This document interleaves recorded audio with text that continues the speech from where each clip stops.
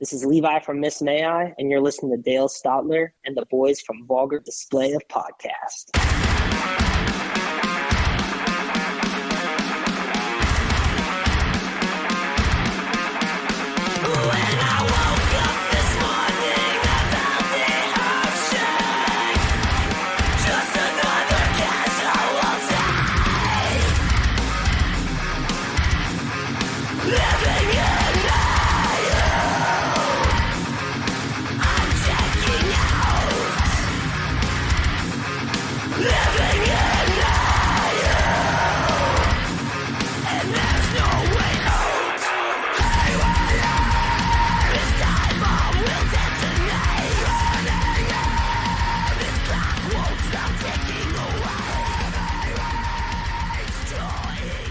Welcome to the Vulgar Display Podcast. Got the boys in the house, Dale, Mike, hey, Anthony. hey. Yo. Hey. And I know Dale's excited. We're all excited about this. Online right now, we have Levi from Miss May I. Levi, how are you? I'm good, man. It's Friday. Can't be any better. Yes. Good call.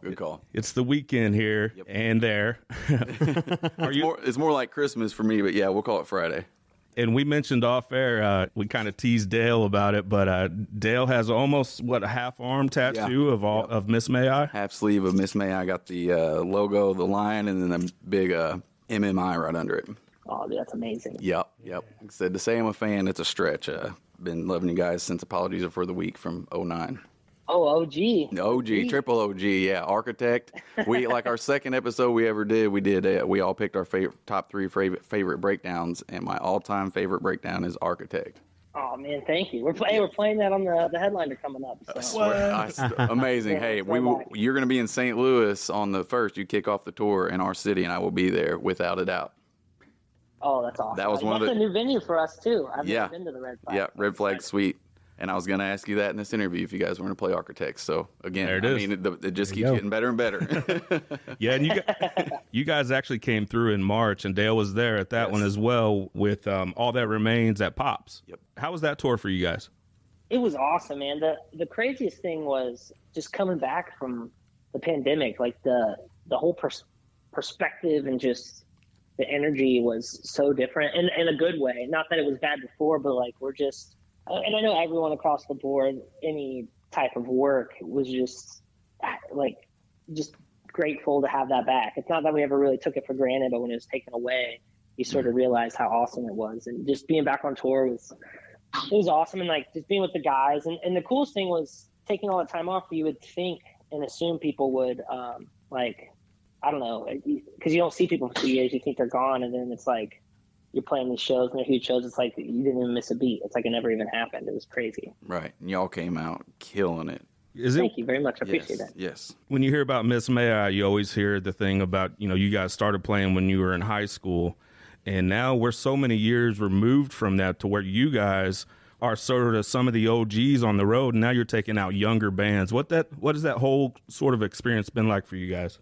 Man, it's surreal. It's surreal, and it makes you feel like time goes by so fast. It does, too. Now some of the opening bands, it's like, oh, I learned guitar from Apologies for the Week. Or that was the first song I ever played, and you're like, what is happening? Or like the real surreal one is meeting like fans at meet and greets that are 12 or 13, and their parents bring them, or they come by themselves, and they're like, my parents raised me on you guys. I've been like my whole life I've been listening. I'm like, wait a second. And I do the math. I'm like, oh my God. Yeah. The entire life we've been in this band. Yes. This is crazy. But hey, that's also how you were brought into it as well, right? Because your mom was a huge metalhead. I even read you said that your mom was a bigger metalhead than you and took you to an Ozfest. Oh yeah. Yeah. And now I get to play with like bands I saw at that. And like I get to introduce my mom, and my mom's like, I raised them on your stuff. And I'm like, Mom, this is my homie now. Yeah. That's great. This is the homie we're on tour with. Yeah. Yeah, and even that all that remains, I'm sure you guys are influenced by that sort of Boston sound of Kill Switch Engage and All That Remains, and even Shadows Fall and those bands like that. And now you're touring with them. I'm sure you have sort of like pinch yourself moments at times. Oh, all the time. I think it's just it's really surreal because that's like a dream, and then it's sort of it's crazy too because when everything's happening, you're touring nonstop and doing albums, you're just playing shows like. You don't really realize it, and then you get home and like the dust settles and you're looking at like your Kill Switch tour pass and you're like, what just happened? Like we just played with Kill Switch Engage. Yeah, I was at that one. Pops in St. Louis years ago as well with you guys.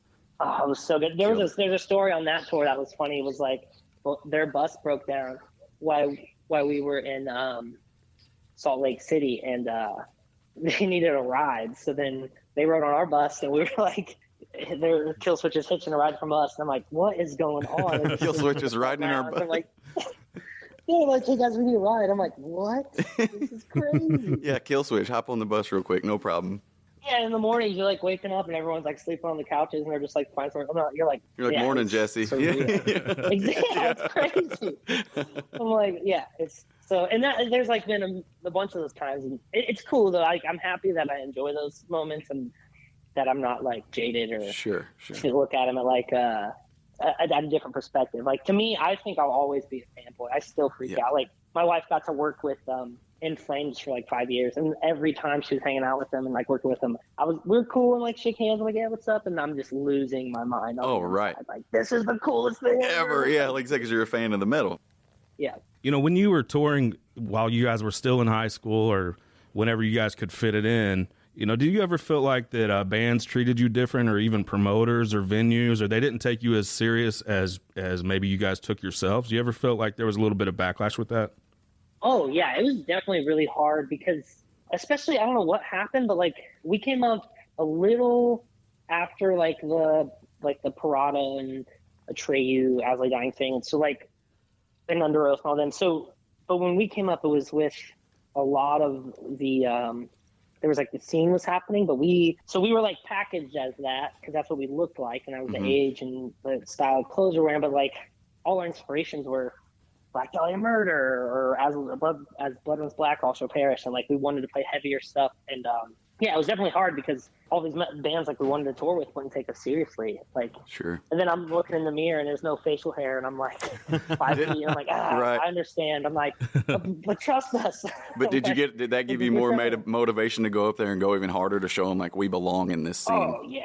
Oh yeah. Especially like when it's like our first tour, we were the only legible logo. Like every other logo was like a black metal logo, and I'm like, we have that discussion every a lot. night, and we're sandwiched in between. Yeah, it's hard. We're sandwiched in between all those bands, and we're like 10 years younger than everybody else. And I'm just like, and that first tour we weren't even old enough to be in some of the venues. Like, they had to escort us in to play, and then they escorted us out, and it was just like, it was so hard. Yeah, it was like running in water. But but it was also the best too, because you appreciate it, because then you do kill the show or you do awesome, and it's just like, you sort of earn your stripes. So right. And I'm happy it wasn't just like handed to us. Sure, absolutely. And the name as well. It's not your typical metal name. You know, it's not like Death Fist Fucker. Yeah, right. I know. It's all proper. It's like, it's Miss May I. It's like all proper, and then say your fucking prayers. It's like, bang. Yeah.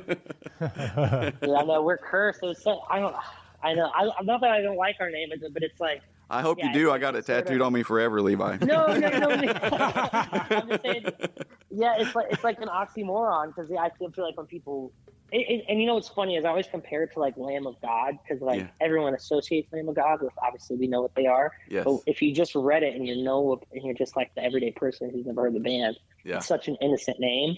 Right. So I'm like, that's always been like our inspiration. We're just like, hey, at least like they get the point across, like so we can do it too. So.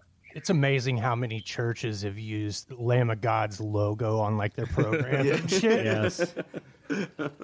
Yeah, and so we actually have a few personal connections with you that we weren't aware of until we kind of started doing our research here.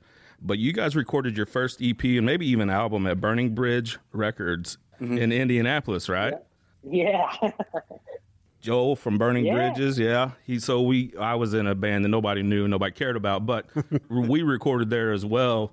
I want to say maybe 2005, 6, something like that. Yeah, it was around that time. It was around the same time, yeah. Oh, okay, yeah. So that's pretty cool. And then I know, like Job for a Cowboy recorded there as well, and Haste the Dead. That's why we went, It was Job for a Cowboy, Yeah, because Job for the Cowboy recorded there. That's why you guys went? Yeah, we did, because at that time I was just on MySpace, like doing a lot of research, and I was like doing a lot of research on like what was going on and everything. Like, obviously we're just like kids, but the Doom album came out, and which was just like a game changer. And then that was the first time I ever heard like 808s or anything. So I did all the research. I'm like, who did this? Like, and then it was Indiana. I'm like, guys, we Let's were in road high school, trip. so I was like, we can drive to Indiana. Yeah, I'm like, that's Far close from Ohio. enough. It's not LA. Yeah, it's not far from Troy, Ohio. Another interesting sort of few degrees of separation. Sean Keith from, Sharp Tone.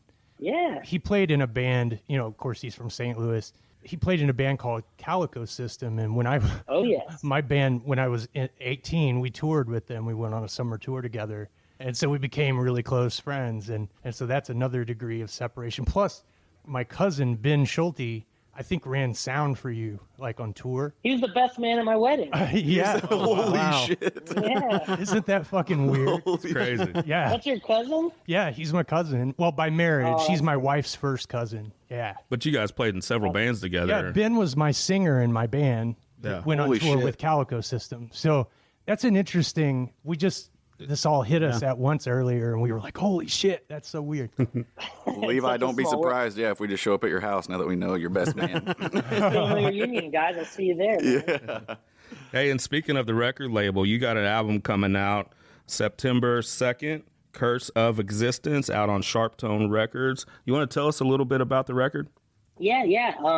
So this was like not our pandemic record, but we were set to release this right before the pandemic, or not this album, but I go into the studio, and it really, the reason the Curse of Existence was we like sort of, when it got pushed and everything was paused, I know everybody, I can't just, it's not like a personal thing, because I know, which is interesting, is like everybody just went through like a really dark time during the pandemic, and really like a lot of reflection time, so that really got poured into this album. And the cool thing was there was so much time to use the album, and everyone had so much to say that it's probably the most collaborative album we've written. Like everyone wanted a chance to say something or write something that they've sort of been on the back burner for a while. And yeah, the title was just sort of a summary of everything we were going through. Because this album, man, this album, it caps off of everything being like, it talks about the pandemic and those emotions, but then we also have like two of us went through fatherhood. We had a divorce. We had like jobs getting like it was, we were going through the ringer doing this album. It's really cool because it's a really big reflection of just our last 5 years. And then another cool thing was just how therapeutic it was, because we sort of came in the studio for the first time. We've always been like an uplifting metal band, which that was our message.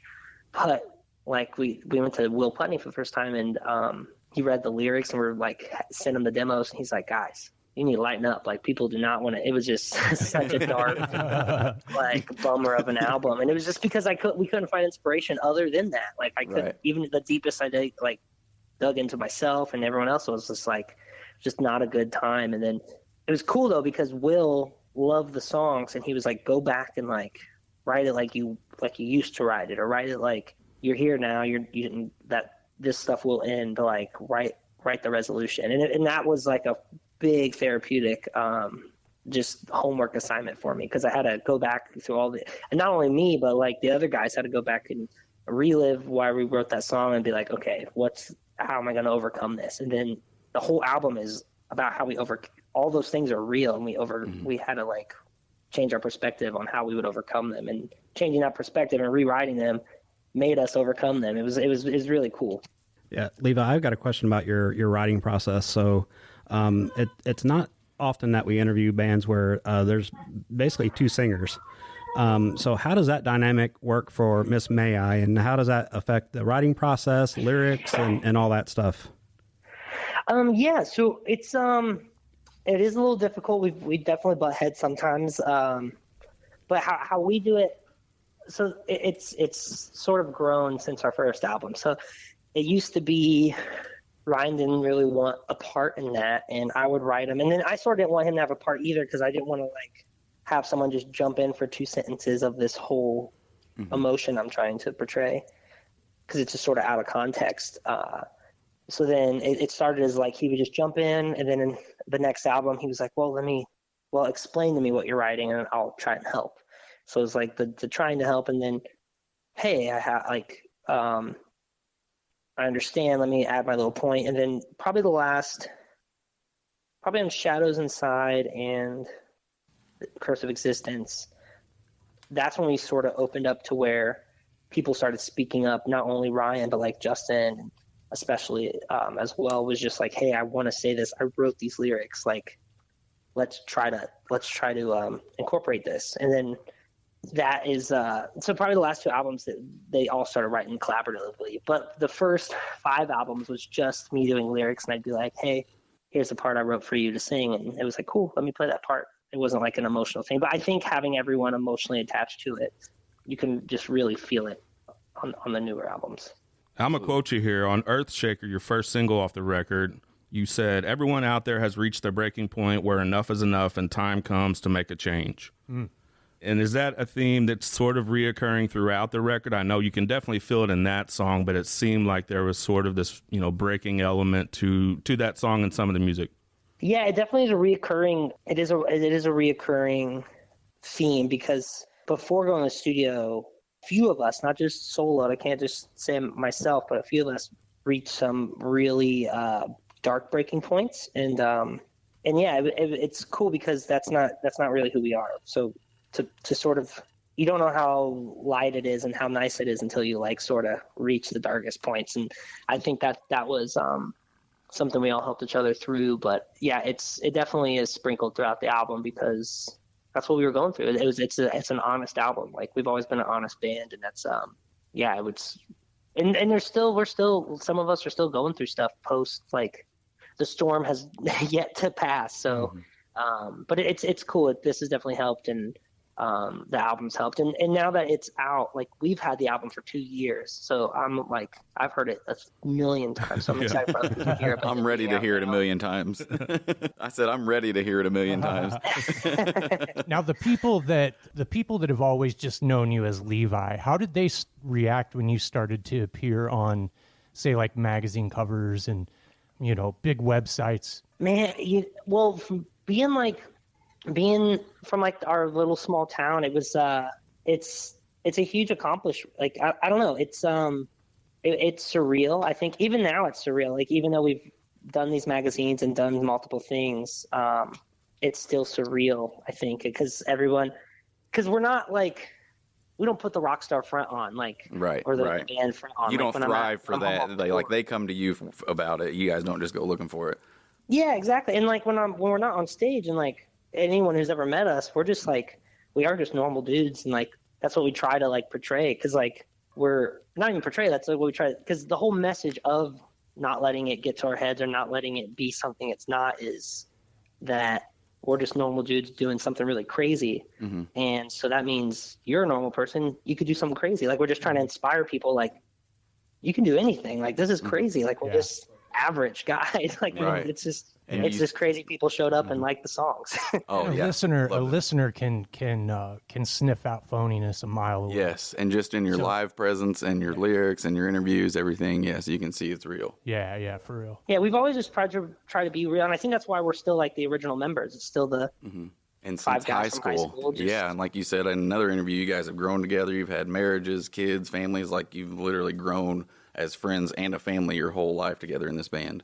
Yeah, we're all brothers. We all got licenses together. We all went to the bar the first time together. We all, like, everything we've ever done has been like together as a family. It's amazing. But I think that's what's like cool. And now doing this so long, and like hearing about your sleeve and meeting these fans that we've been around longer than they've been alive. Like, we would never have thought we'd make it that far, but like, it's just humbling to see how much it inspires and sort of like has done rippled waves that we would have never. That wasn't our intent. We just wanted to hang out as 5 friends and jam and play metal. People started listening. Yeah. Oh yeah. Definitely helped me a lot in my life in my darkest times, and I've been with you guys since day one and love the shit out of Ms. May I. Thank you, man. Yeah. That means so much. Yeah. With you guys playing together for as many years as you have, I'm sure that helps with the cohesiveness of when you guys jam and play songs. I mean, is there like a sort of a nonverbal communication that you guys have, the sort of thing that you can look at each other and talk without actually talking? Oh man, it is even beyond that. We have Jedi forces with each other.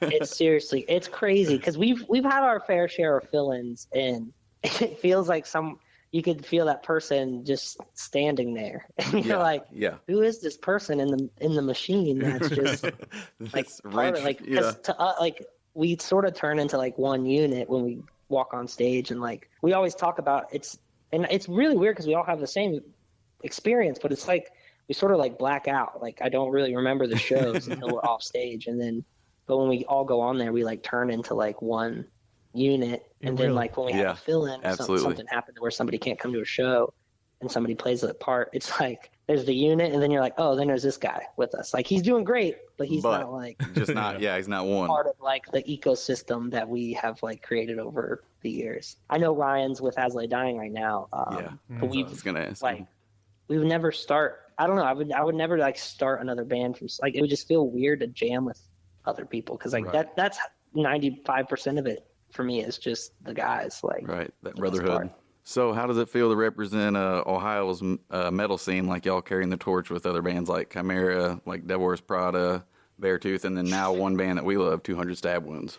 Dude, I just, I'm just honored because like I said, I know I sound like a broken record, but it was never like really our intent. It was it's just surreal, like to be put on that like pedestal inside, and it's surreal, but it's also like very humbling, and like it sort of takes a lot of the weight off of our shoulders because I feel like the first 10 years you're like in this rat race to where there's not really there's no finish line, and then out of nowhere you hit this point to where it's like, oh, you're one of like the classics there, and you're like, whoa, okay, you're like, I don't have to do this race really because they consider me this. You're like, it's like a fresh breath of air, right?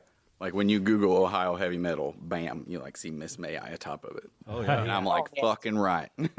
It's so weird. One of my favorites is there's metal classics of the 2000 or of 2000. Please tell me you're on it. Like, yeah, it's crazy. It's like Metallica, like Slayer, like songs that you hear on the radio 1,000 times, and like we got put in there as like a classic song of that like decade, and I'm like, what? Do you remember the song? This is Hey Mister. Oh, cool! It's a great one, banger. It's like a classic, yeah. That's it's just, but see, that stuff you don't know when you're writing it and you're jamming. You're like, this is cool, and then it goes out to the masses, and then that's when it's really fun because you see how it like the fan reaction. Yeah.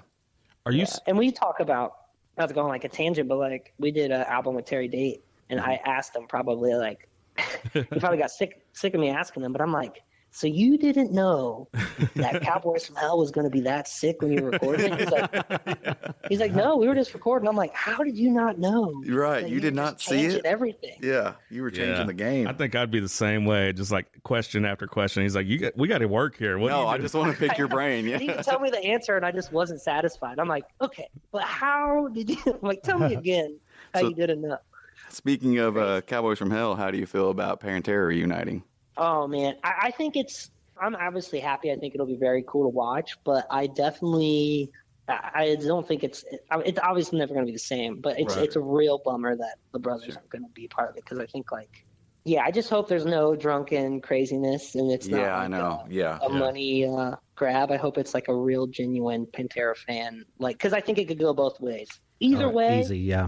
I will show up and watch it. Same. I'm going to go. I'm all pumped for it. The right reasons. Yeah, exactly. And kind of what I was saying is obviously not the Pantera we want, but it's all we have left. So, like our buddy Jay here had said before, they went and watched fucking Leonard Skinner, and there was no one left in Skinner, but hey, they're playing Skinner music. So it's like, Exactly. And that's what you got to like, and you just hope it's for, and that's me being sentimental and old now. I'm just like, hey, I just hope it's for the right reason because I've seen so many other train wrecks happen. So. Yeah. Hey Levi, what type of bucket list type situations related to Miss May I have you been able to like cross off?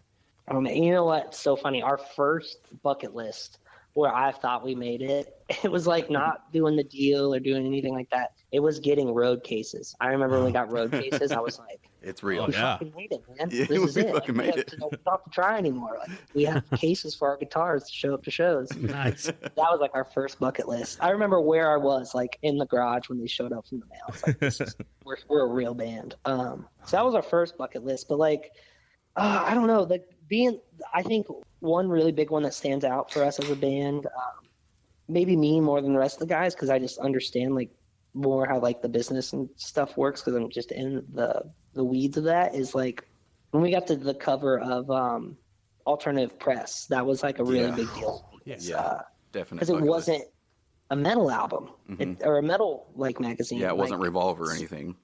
Yeah, it's an alternative. Like you can be Sleeping with Sirens, Paramore. Like it was like the real music. Like it was everyone's music scene. And like when they gave us, not only did they give us the cover, but we got to headline the AP tour that year. Was like, that was just a huge thing of, because my biggest thing for our band has been to like push the boundaries of like, cool, we're a metal band, but like everyone's a metal band. Like what can we do like differently? Yeah, and that's what we would always do, take tours with like weird bands, because I want to just sort of see where we could take it. And that was like a big accomplishment, was just gracing the cover of that was crazy. And then, man, other bucket list one, all the bands we've toured with, I've pretty much, that's sort of how it goes, is every album we get to like, we talk about touring, and we're slowly just checking off like all of our favorite bands. Like there's probably only like a handful of bands we haven't got to tour with, and I'm very thankful for that. What about your video Forgive and Forget being on Headbangers Ball back in the day? Oh, dude, that was another bucket list. That was seeing that was when I knew I needed tattoos. I was anti-tattoo until I was on it. Time to sleeve up. Time to sleeve up. We're on Headbangers Ball. We got a rep here.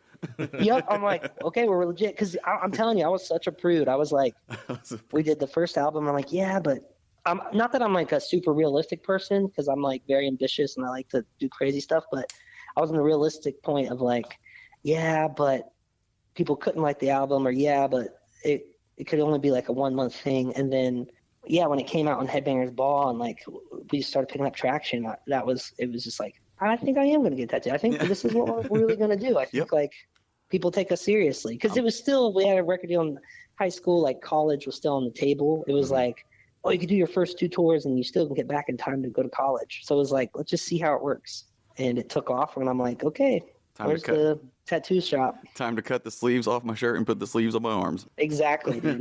We went all out. We've kind of all heard that story of like Travis Barker got the neck tattoo, and he was like, it's either this or not, So it's like, it was sort of his commitment to the lifestyle, I guess, or to not going back to that 9-to-5 cubicle kind of thing.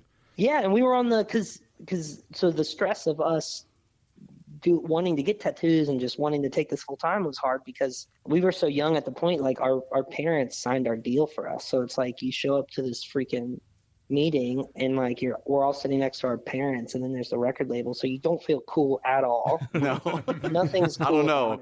I don't know. My mom co-signed for a car for me. Signing a record label's pretty cool.